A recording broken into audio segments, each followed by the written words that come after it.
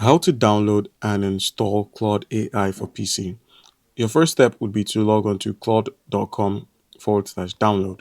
Once you're here, all you need to do is select your computer version. If you're on Mac, you click on Mac OS.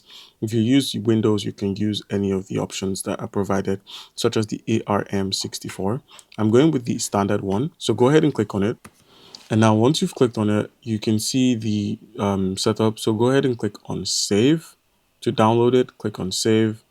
Once it has been downloaded, go ahead and open up the folder that it's located at, and then simply click on the setup location, that's the exe file.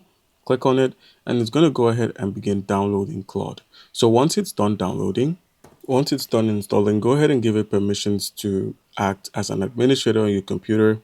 And now we wait for it to relaunch. All right, so welcome to Claude for Windows. Go ahead and click on Get Started and then continue with your Google account or your email. So I'm going to be going with Google here, and let's use this. And now click on Continue with Google. And now once the sign in is complete, go ahead and click on Open Claude. All right. And once you've signed in, you're dropped here. All right.